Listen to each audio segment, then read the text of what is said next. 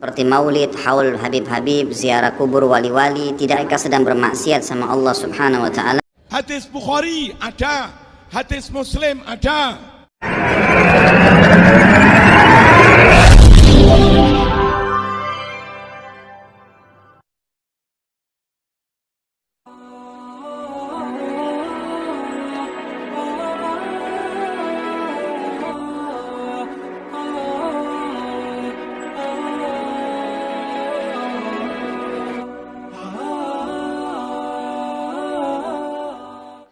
Assalamualaikum warahmatullahi wabarakatuh. Bismillahirrahmanirrahim.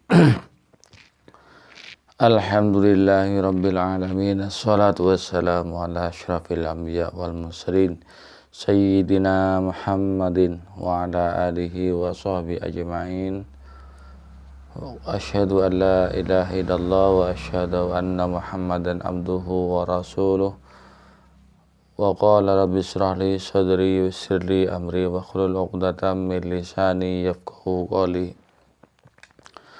Amma ba'du, para pemirsa yang dirahmati oleh Allah, alhamdulillah kita jumpa lagi di channel YouTube kami Tes TV 414. Mudah-mudahan pemirsa sekalian mendapatkan rahmat dan nikmatnya, juga taufik dan hidayahnya. Para pemirsa, subscriber dan viewer Tes TV 414 yang masih setia mendukung channel YouTube kami, dan juga para pemirsa yang masih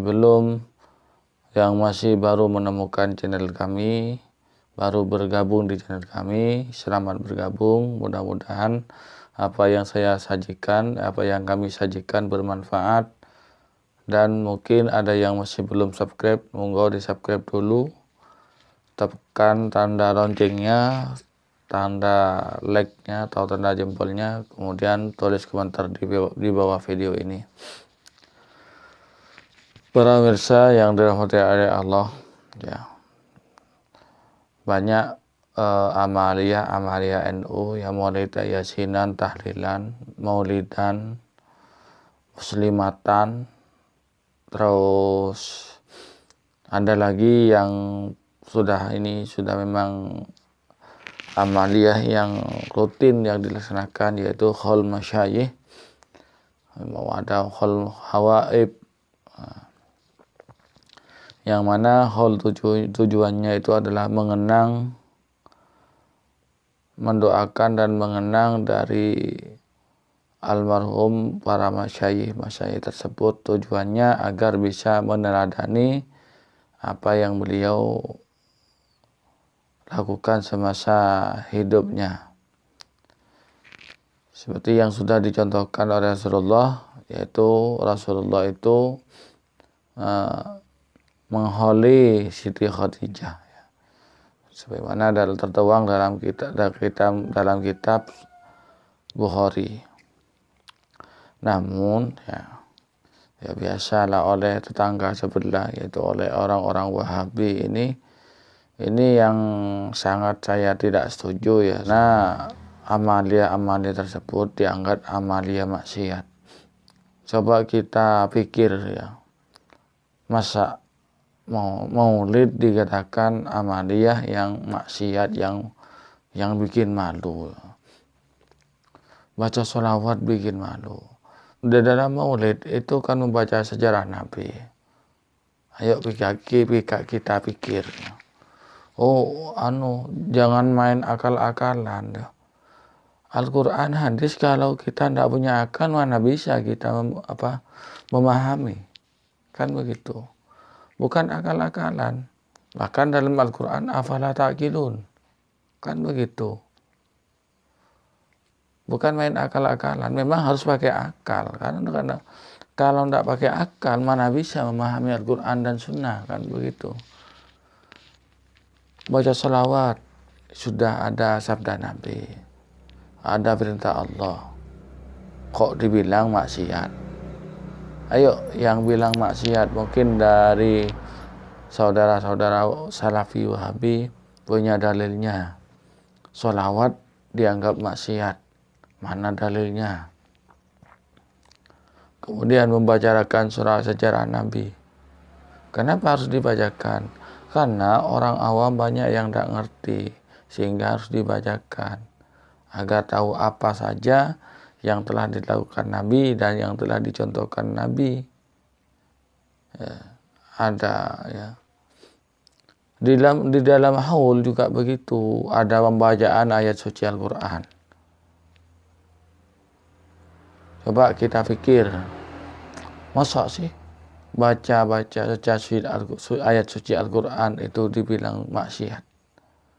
Kan sedeng ustadznya ini. Ustadz sedeng, ustadz gak waras nih. Orang baca Al-Quran dibilang apa maksiat. Ini ustadz kurang ngopi, ustadz kurang wawasan. Yang hanya wawasannya bid'ah ya. Bid'ah itu bukan hukum, bro, ya. Bid'ah itu dimasukkan ke kaidah hukum. Seperti itu. Jangan pas tidak sesuka sesuatu pas semuanya dianggap bid'ah. Ya.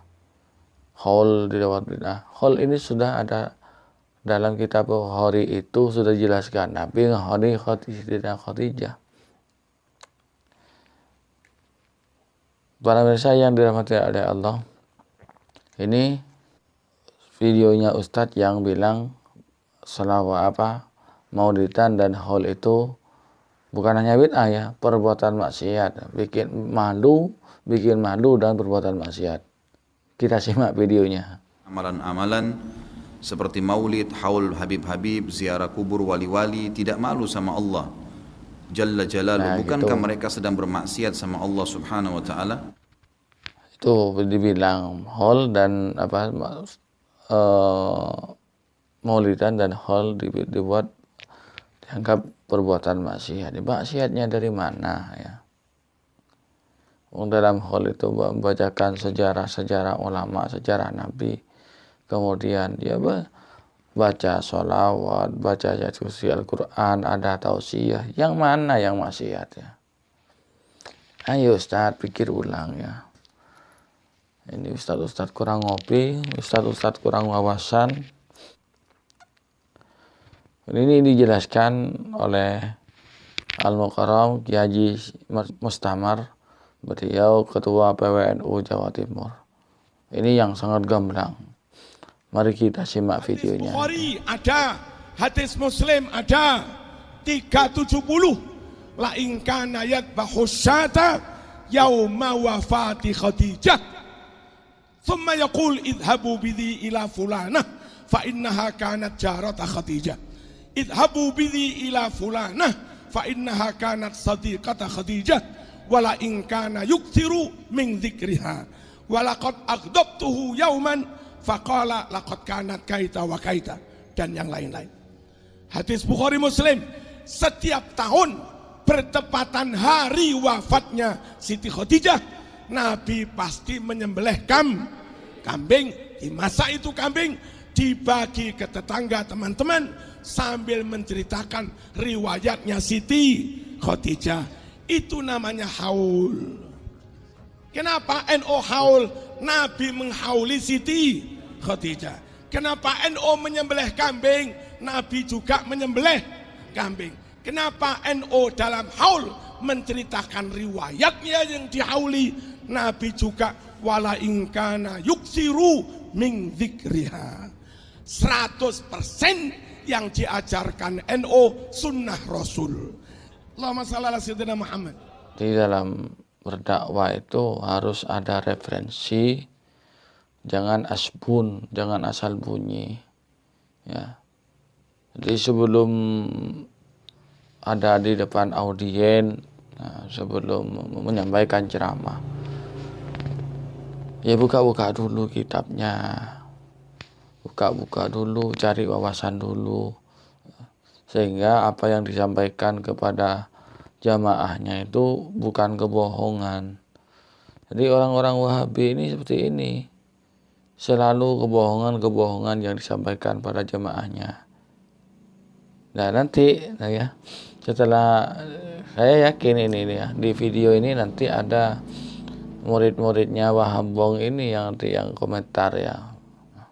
Ya enggak apa-apalah, biar buat channel kami biar rame ya.